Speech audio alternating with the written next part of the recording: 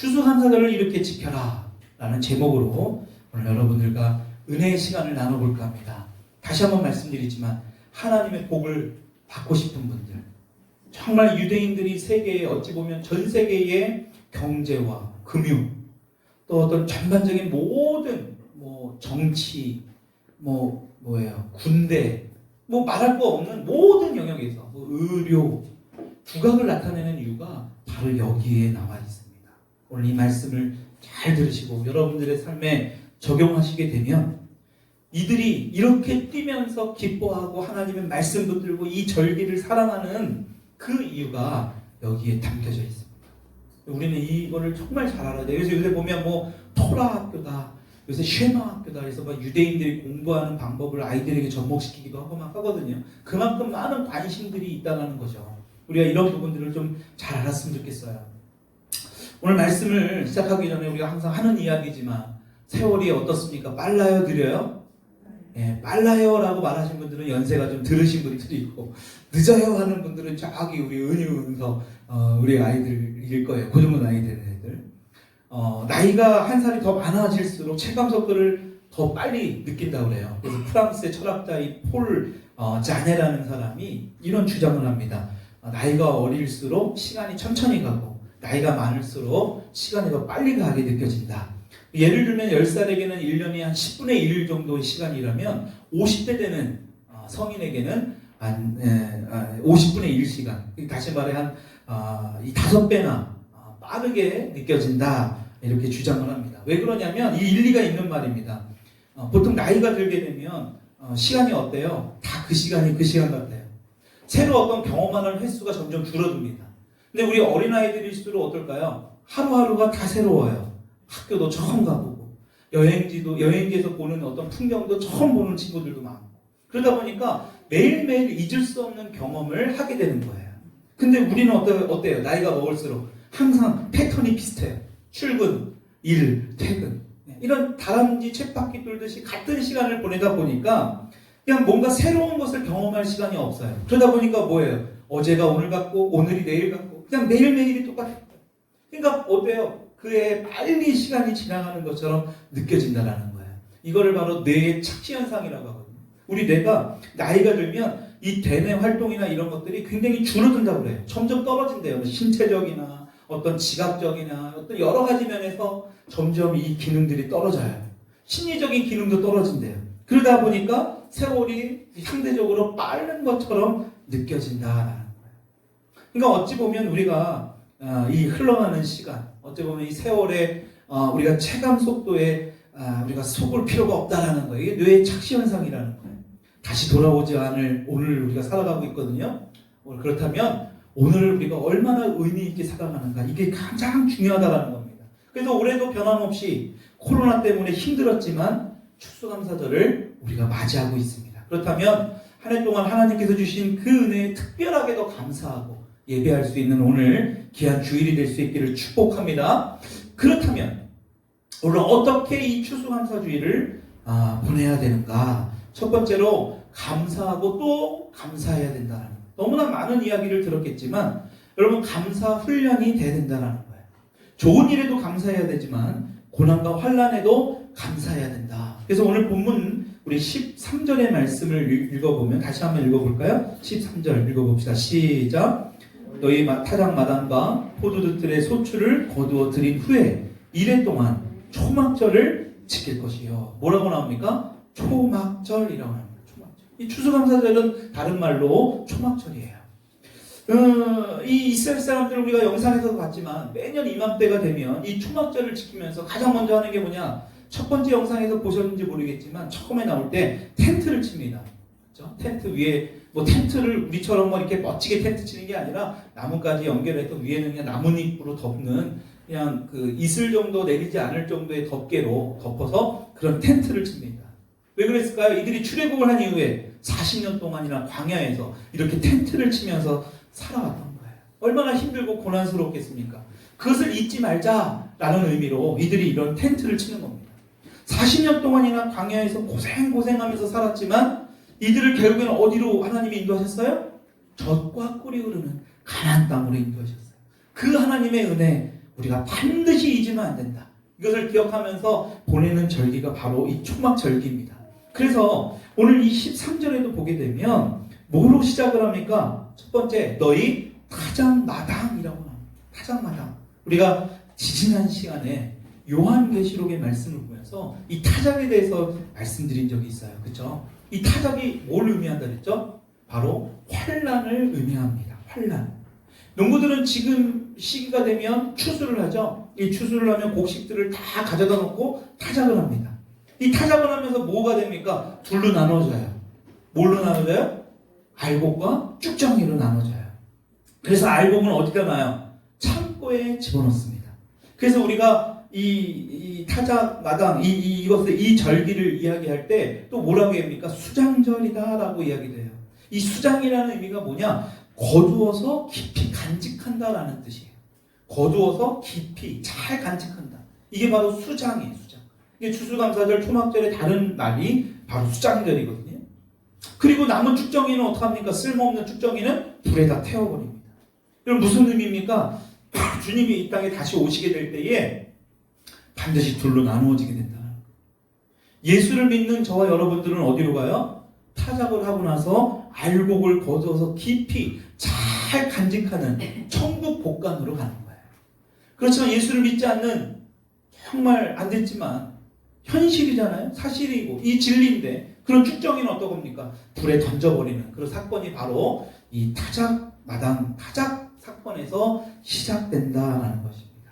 우리가 그래서 이걸 지난 시간에 살펴봤는데, 우리가 아무리 이 타작을 상징하는 이 고난과 환난이 있어도 우리가 하나님께서는 이 고난과 환난을 주신 이유가 있다고 했죠? 바로 이 알곡 신자들이 되기 위해서. 알곡 신자들이 너희들이 되어야 한다. 하나님이 이런 메시지를 통해서 우리가 고난과 환난을 하나님이 허락하셨다라는 거예요. 그래서 오늘 우리가 해야 할 일은 뭐냐? 2020년도에도 좋은 일은 뭐 말할 것도 없고요. 우리 가운데 고난과 환난이 있다 할지라도 하나님 앞에 뭘 해야 된다? 감사할 수 있어요. 한번 따라합시다. 감사하십시다. 왜 감사해야 된다고요? 이런 환난과 고난 가운데도 우리를 하나님은 알곡 신자가 되기 위해, 알곡 신자가 되게 하려고 이러한 것을 허락하신다라는 거예요. 그래서 우리는 해마다 이런 감사절기를, 추수감사절을 보내지만 우리가 해야 될 게 뭐냐? 점점 더 지경을 넓혀가야 돼요. 점점 더 확산시켜. 오늘 본문 말씀 16절을 읽어보면, 우리 한번 읽어볼까요? 시작. 너희 가운데 모든 남자는 1년에 3번, 곧 무교절, 77절, 초막절에.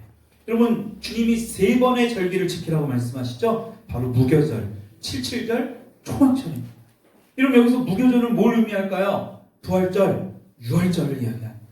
이건 다시 말하면 과거의 구원을 얘기해요. 예수님께서 십자가에 죽으시고 3일 만에 부활하신 것을 믿은 그 과거의 예수를 믿고 나서 오늘 이렇게 예배를 드리는 이 과거에 감사하는 것, 이게 바로 무교절이에요. 7절은 뭐냐? 오순절이라고도 하죠. 오순절. 오순절에 임하신 성령님, 그분이 언제 임하셔요? 바로 지금, 오늘 우리 가운데 내주하고 계시잖아요. 오늘도 우리가 주님 앞에 나온 것이 우리의 노력으로, 우리 힘으로 나온 게 아니라 우리 안에 계시는 성령님이 인도하셨다는 것을 믿을 수 있기를 바랍니다. 여러분, 그랬을 때 성령님이 기뻐하세요. 성령님이 지금 오늘 현재, 이게 바로 77절 오순절이에요. 그렇다면 초막절, 이 추수감사절은 뭘 의미할까요? 미래에 오게 될 예수 그리스도, 오늘도 여기 영상에서 나오죠. 장차 오시게 될 메시아. 여러분, 그 종말에 대한 감사예요. 여러분, 무슨 말이냐? 예수님께서 언제 오실지 아무도 알지 못해요. 그렇죠? 이 날을 알지 못하지만 환난과 고난으로 가득한 이 땅에 예수님께서 이제 다시 오시기 때문에 뭐 한다는 거예요? 우리는 새하늘과 새 땅으로 들어가게 돼요. 여러분, 그것을 뭐 하는 거예요? 감사하는 날이 바로 오늘 초막절이에요. 그래서 저들은 메시아가 초막절, 이 추수감사절, 이 절기에 올 것을 간절히 기도하는 거예요. 그래서 뭐라고 합니까? 아까 전에 막 호시안나, 호산나, 막 이런 고멜, 이걸 자꾸 외치는 거예요. 여러분, 그래서 우리가 나이를 먹을수록 매년 주님 앞에 이렇게 추수감사주의를 맞이하잖아요. 그렇죠? 그 말은 뭘 의미해요? 주님 앞에 서게 될 날이 점점 더 다가오고 있다는 거예요. 그러니까 우리는 이 추수감사절을 어떻게 돼요? 더 감사해요. 어떤 감사의 단계까지 가야 되냐? 성경의 말씀대로 어떻게 감사하라? 범사에 감사. 여러분, 범사가 무슨 말입니까? 범사, 모든 일이라는 뜻이에요. 모든 일에 감사. 예전에 예수를 믿고 난 그 구원해 주신 것에도 감사. 오늘도 이렇게 내 안에 성령님이 내주셔서 성령 충만한 삶을 살아갈 수 있는 거에 감사. 앞으로 오실 예수님, 그 예수님 때문에 내가 새하늘과 새 땅에 들어갈 것, 그것은 영원한 고통과 고난이 없는 그곳에 들어갈 것에 감사. 그러니까 이들이 이 초막절에 뭐합니까? 막 뛰는 거예요. 막 박수 치잖아요. 막 말씀을 선포하면서 막 한 젊은 애들이 막 서로 알지도 못하는 사람들, 동양인들까지 같이 막 끼안고 막 난리가 났잖아요. 왜 그래요? 장차 오실 예수님, 내가 새하늘과 새 땅에 들어가요. 그것을 확신하기 때문에 이 초막절, 이 추수감사절에 저렇게 기뻐할 수 있었던 거예요. 저렇게 감사하면서 나가는 거예요. 여러분, 그래서 우리 주님은요, 이 추수감사절 절기, 아까도 얘기했지만 이 세 절기를 이야기하면서, 오늘은 이 추수감사절 초막절이니까 이 추수감사절을 의미하면서 우리에게 계속해서 뭐 하는 거예요? 감사 훈련을 시키는 거예요. 매년마다 너희들에게 이러한 절기를 너희들이 지켜야 돼. 이 무교절, 77절, 초막절을 지키면서 감사할 수 있어야 돼. 이런 훈련을 계속 시키는 거예요. 여러분, 전 세계에 보게 되면 6천여 개의 언어가 있다고 해요. 근데 희한한 게 있는데, 이 6천여 개의 언어 중에 이 미개한 국가에 들일수록 감사라는 단어가 없대요. 이 감사라는 이 단어조차 표현하는 것도 없다고 합니다. 참 희한하죠? 여러분, 우리도 마찬가지입니다. 우리가 2020년을 살아가면서, 아니면 여러분들의 인생을 살아가면서 얼마나 감사의 표현을 하고 살아갑니까? 여러분, 그렇지 못하면 우리도 미개한 민족에 불과합니다. 우리가 감사가 끊이지 않아요. 우리 입술에 뭐가 끊이지 않아야 된다? 감사가 끊이지 않아요. 다시 한번 우리 한번 고백해보세요. 감사하십시다. 네, 감사가 끊이지 않아요. 매년 맞이하는 추수감사절이지만 오늘 특별히 예수님께서, 우리 주님이 우리에게 말씀하시는 건 뭐냐? 감사를 끊임없이 고백하라는 거예요. 그래서 뭐 하는 분들도 있어요. 막 감사 노트를 쓰는 분도 있습니다. 우리가 지금 코로나 때문에 옆 사람과 이렇게 얘기하는 걸 좀 자제하기 위해서 안 하지만, 예배 전에 우리가 뭐 했습니까? 3가지 이상씩 꼭 감사를 나누게 했잖아요. 감사해야 돼요. 오늘도 여러분들 주보에 보면 감사를 적고 나누는, 여러분들의 가족과 여러분들의 자녀들과 한번 나누는 시간을 가져보세요. 감사할 수 있어요. 여러분, 그래서 오늘 특별히 2020년도 추수감사절, 매년 맞는 어떤 이 절기이지만 오늘 특별히 여러분들의 입술에 감사가 끊이지 아니할 수 있는, 그래야 감사 훈련이 주님의 뜻에 따라 주님이 원하는 대로 감사가 내 입술에서 끊이지 아니할 수 있도록 주님의 이름으로 축복합니다. 아멘이죠? 네, 오늘 아멘 소리가 많이 적네요. 이게 뭐야, 음식 냄새가 나서 배고파서 그런가? 맛있는 음식을 오늘도 준비해 주셔서 감사가 끊이지 아니할 수 있기를 축원합니다. 원하지 않은 것도 감사해야 돼. 내가 원하지 않았던 일에 대해서도 감사할 수 있어야 돼. 여러분, 두 번째로 우리가 추수감사절을 맞이하는 태도가 어떻게 맞이해야 되느냐? 기뻐하고 또 기뻐해야 된다. 한번 따라 하십니다. 기뻐하고 또 기뻐하자. 기뻐하라 이거예요. 기뻐하라. 오늘 우리 영상에서도 봤죠? 저들의 얼굴에 근심이 하나도 없습니다. 여러분, 왜 우리 주님께서는 감사하는 것만 끝나는 게 아니라 기뻐하라고 말씀하셨을까? 여러분, 오늘 본문 14절 15절을 보게 되면 계속해서 반복해서 말씀하는 게 있어요. 14절 후반절에도 즐거워하되 15절 후반절에도 즐거워할지니라. 여러분, 지금 상황이 즐거워할 상황이 아니잖아요. 텐트를 치고 있고 지금 광야에서 하루를 어떻게 살아야 되는지도 모르는데 즐거워하래요. 즐거워하라. 계속해서 강독합니다. 여러분, 예전에 여러분들 TV 프로 보면 웃으면 복이 와요라는 TV 프로가 있었죠. 그렇죠? 굉장히 성경적입니다. 여러분, 웃으면, 기뻐하면 복의 근원 되신 주님이 함께 하실 줄 믿으시기 바랍니다. 반드시 주님은 기뻐하는 곳에 임재하세요. 왜 그러냐? 성경에 이렇게 말씀이 나와요. 역대상 12장 40절의 말씀 우리 같이 한번 읽어볼게요. 시작. 또 그들의 근처에 있는 자로부터 이사갈과 스불론과 납달리까지도 나귀와 낙타와 노새와 소에다 음식을 많이 실어왔으니 곧 밀가루 과자와 무화과 과자와 건포도와 포도주와 기름이요 소와 양도 많이 가져왔으니 이는 이스라엘 가운데 뭐 있다? 기쁨이 있음이었더라. 이스라엘 가운데 기쁨이 있음. 기쁨이 있으니까 뭐예요? 지금 이 말씀이 뭐냐면 다윗이 왕이 되고 나니까 사람들이 막 밀려오기 시작합니다. 사람들만 밀려옵니까? 물질들도 막 밀려와요. 여기 물질이 뭐예요? 뭐 소에다가 음식에다가 막 밀가루가 엄청난 물질들이 막 밀려옵니다. 그 이유가 뭘까요? 이스라엘 가운데 기쁨이 있습니다. 기쁨이 있었기 때문에.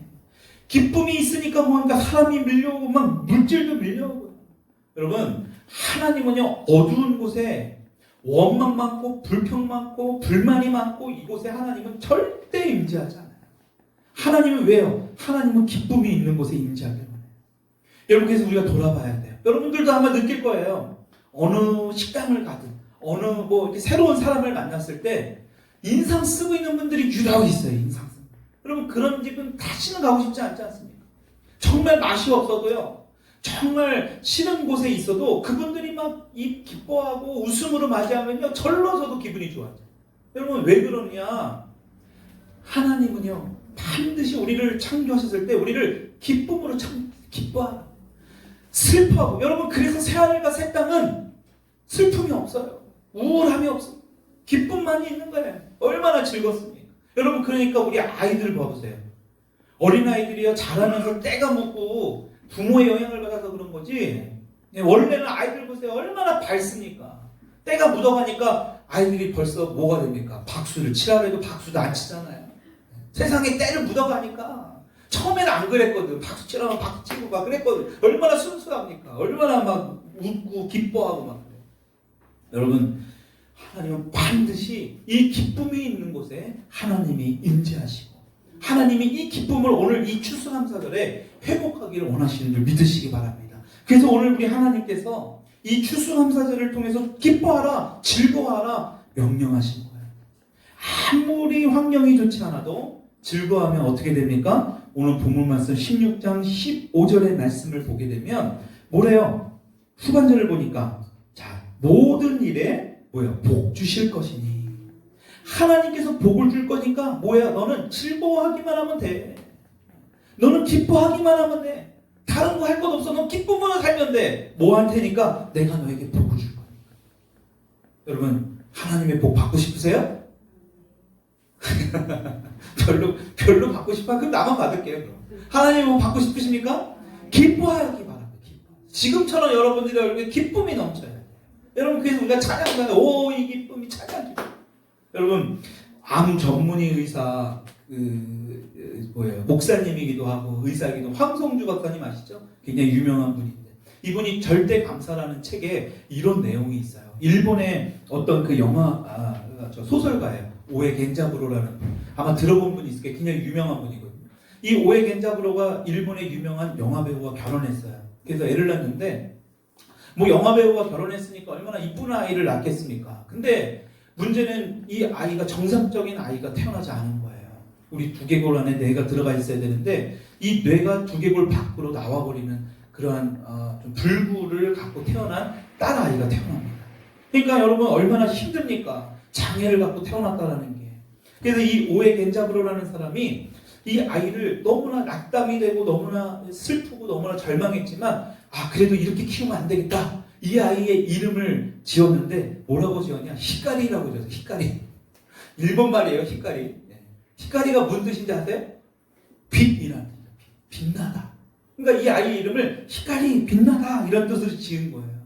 그러니까 아이가 막 이렇게 이렇게 막 키울 때 얼마나 슬프고 얼마나 절망되고 그렇겠습니까? 그러나 이름을 부르면서 이 아이가 빛이 될 것이고 이 아이가 정말 잘 될 것이고 기쁨으로 막 키웠대요. 그냥 기쁨으로 즐거운 마음으로 이 아이를 키웠더니 이 가정에 어떠한 복이 되느냐? 두 가지의 복을 받게 됩니다. 내가 두개골 밖으로 나온 장애를 갖고 태어난 이 아이가요. 장차 뭐가 되느냐? 일본의 굉장히 유명한 작곡가가 됩니다. 그리고 또 이 오에 겐자부로라는 이 아버지는 어떤 일이 벌어지느냐? 노벨 문학상까지 탔습니다. 소설가인데 노벨 문학상까지 탔습니다. 여러분, 저는 이 사람이 노벨 문학상을 탄 이유가 다 있었다고 봐요. 여러분, 소설가를 쓰는데 이 아이를 키우는 게 얼마나 힘들었을까요? 좌절하고 슬퍼하고 아무리 기쁨으로 키운다고 하지만 힘든 일이 없었겠냐라는 거예요. 근데도 이 사람은요 계속해서 기쁨으로 키우려고 했던 거예요. 그러면서 글을 쓰면서 작가를 하면서도 그런 삶에서 막 녹아져 내리는 거예요. 그러니까 뭐예요? 이 노벨상까지 타는 엄청난 일을 경험하게 됐다는 것입니다. 여러분, 기뻐하면 이러한 놀라운 축복이 여러분들에게도 임하게 될 줄 믿으시기 바랍니다. 그래서 이스라엘 백성들이요, 이 초막절이 되면 아까도 처음에 보면 나뭇가지, 4종류의 나뭇가지를 막 들고 막 시장에서 막 사가거든요. 막 봐요, 막 나뭇가지가 어떤지. 왜? 나뭇가지를 붙들고 하나님 앞에 이제 막 기뻐할 거거든요. 이 말씀이 시편 118편 24절의 말씀이 그대로 나옵니다. 우리 한번 읽어볼까요? 시편 118편 24절의 말씀. 시작. 이날은 여호와께서 정하신 것이라. 이날에 우리가 즐거워하고 기뻐하리로다. 여호와여 구하옵나니 이제 구원하옵소서. 여호와여 우리가 구하옵나니 이제 형통하게 하소서. 여러분, 이 말씀이 아까 전에 저들이 읽었던 말씀이에요. 여러분, 이날은 여호와께서 정하신 것이라. 이날이 언제예요?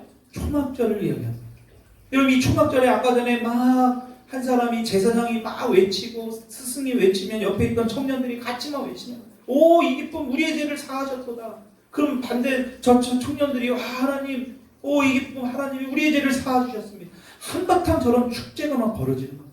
그런데 25절에 나오는 것처럼 뭐가 나옵니까? 이제 구원하소서. 호세아니 구원하소서, 구원하소서. 여러분, 이 호산나가 바로 이 초막절에서부터 시작된 그 이야기, 외쳤던 소리. 그러면서 이렇게 기도하죠. 이제 형통하게 하옵소서. 형통하게. 여러분, 기뻐하면 하나님의 형통이 임하게 될 줄 믿으시기 바랍니다. 형통하게 돼요. 하나님 앞에 기뻐하면 하나님께서 우리를 다 형통하게 해주신다라는 거예요. 그래서 오늘 이 추수감사절날 우리에게 말씀하시는 거예요. 뭐하라? 기뻐하라. 같이 한번 따라하자. 기뻐하자. 하나님 앞에 기뻐하겠습니다. 기뻐하실 수 있기를 축복합니다. 기뻐해야 돼. 기뻐하면 이 말씀 그대로 하나님의 형통의 축복이 여러분들의 삶에 임할 수 있기를 축원드립니다. 마지막으로 오늘 본 말씀 16절 17절입니다. 우리 같이 한번 읽어볼게요. 시작. 너희 가운데 모든 남자는 1년에 3번 곧 무교절과 칠칠절과 초막절에 내 하나님 여호와께서 택하신 곳에서 여호와를 배웁되 빈손으로 여호와를 배웁지 말고. 여러분, 빈손으로 나오지 말라. 이 세절기를 지킬 때 빈손으로 나오지 말라고 말씀하시죠. 여러분, 왜 하나님께서 이 빈손으로 나오지 말라고 하셨을까? 하나님이 돈이 부족해서 여러분들의 돈을 받기 위해서 빈손으로 나오지 말라, 이 뜻이 절대 아니라는 거예요.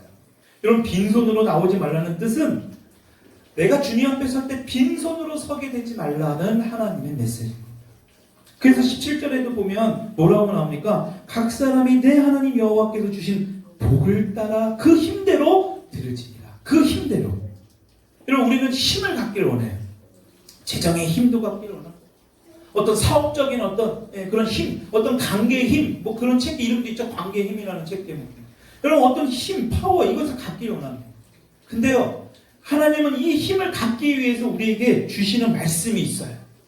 하나님의 방법이 있습니다. 이 능력을, 이 힘을 갖기 위해서는 어떻게 해야 되느냐? 마태복음 25장 21절에 이렇게 말씀합니다. 같이 한번 큰 목소리를 읽어봅시다. 시작. 그 주인이 이르되 잘하였도다 착하고 충성된 종아, 내가 적은 일에 충성하였음에 내가 많은 것을 내게 맡기리니. 여러분, 잘 보십시오. 주님께서 뭐라고 말씀하세요? 작은 것에 충성하면 뭐 한대? 적은 일에 충성하면 내게 많은 것을 맡기겠다라는 거예요. 이 말은 뭡니까? 작은 것이라도 하나님께서 원하는 곳에 너가 순종하고 충성하게 되면, 그렇게 행하게 되면 더 많은 것을, 더 많은 힘을 너에게 주시겠다. 여러분, 이게 바로 누구의 법칙이냐? 하나님 나라의 법칙이에요. 근데 우리는 이걸 반대로 하는 거죠.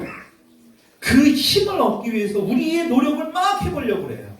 이 힘을 갖기 위해서 우리의 시간, 우리의 능력, 우리의 어떤 재능, 암만 해보십시오. 여러분, 하나님 나라에서는 절대로 그것으로 우리에게 더 많은 힘과 능력을 주시지 않아요. 오늘 주님은 분명히 말씀합니다. 그 힘대로 드릴지니라. 여러분, 그 힘을 주시는 그 방법은 내가 작은 일에도 충성을 다하는 거. 내가 아주 작은 것도 여러분 하나님 앞에 뭐 수천만 원, 수백만 원을 헌금하라는 게 아니라 내가 최선을 다해서 주님 앞에 드리라는 거. 그것을 힘껏 드리기를 원할 때에 하나님이 뭐라고 말씀하세요? 너에게 더 많은 것도 맡기겠다. 하나님은 절대로 돈과 재력이 없는 분이 아닙니다. 모든 것이 다 주님 건데요. 왜 주님이 이런 메시지를 자꾸 이 새 절기, 특히 오늘 이 추수감사절날 우리에게 주실까요? 하나님께서 왜 빈손으로 나오지 말라고 자꾸 이렇게 말씀하시는가?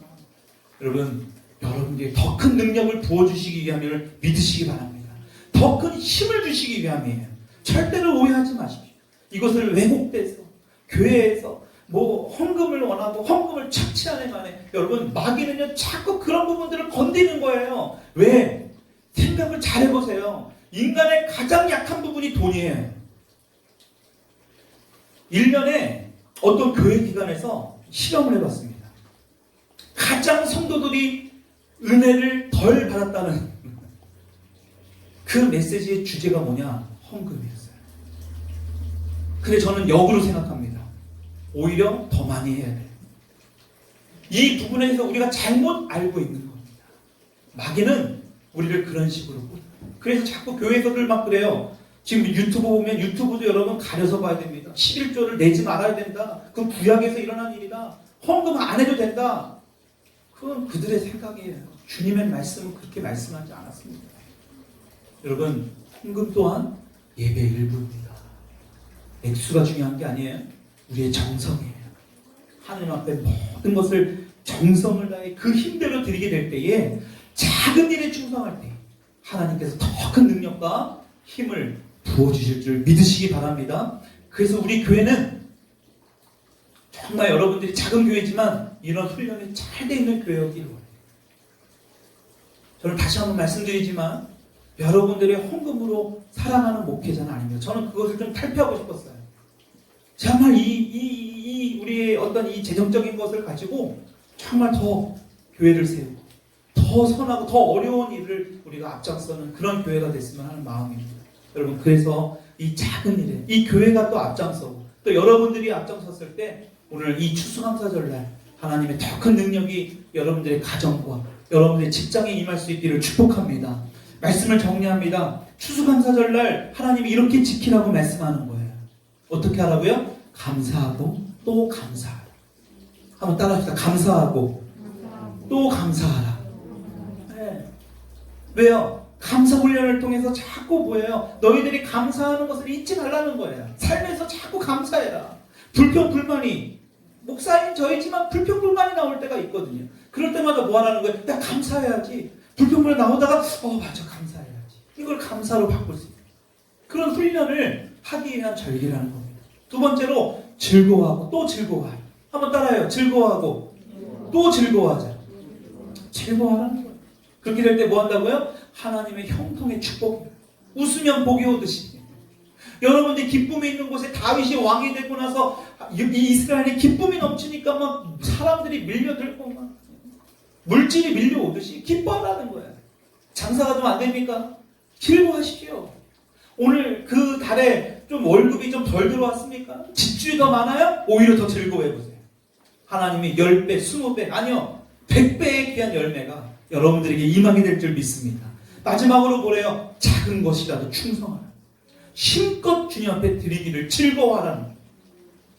먹을 거 사 먹을 때는 그냥 생각 없이 그냥 막 쓰는데 하나님 앞에 드리는 거는 막 벌벌벌 떨면서. 여러분, 유대인들이 왜 저렇게 복을 받는지를 알아야죠. 하나님께 기뻐하는 거예요. 기쁨으로 드릴 수 있는 거예요. 그렇게 될 때에 하나님의 이 추수감사주의를 맞이해서 하나님 앞에 정말 모든 것에 이 세 가지를 순종하며 훈련받으며 충성하며 나아갈 때에 하나님이 어떻게 하신다고요? 축복하시고 뭐 하신다는 거예요? 내가 너를 택해서 이 열방에 크게 너희 자녀들을 너뿐만이 아니라 천대까지 복을 주겠다는 그 하나님의 말씀 붙들고 승리하는 이 추수감사 한 주간이 될 수 있기를 축복합니다.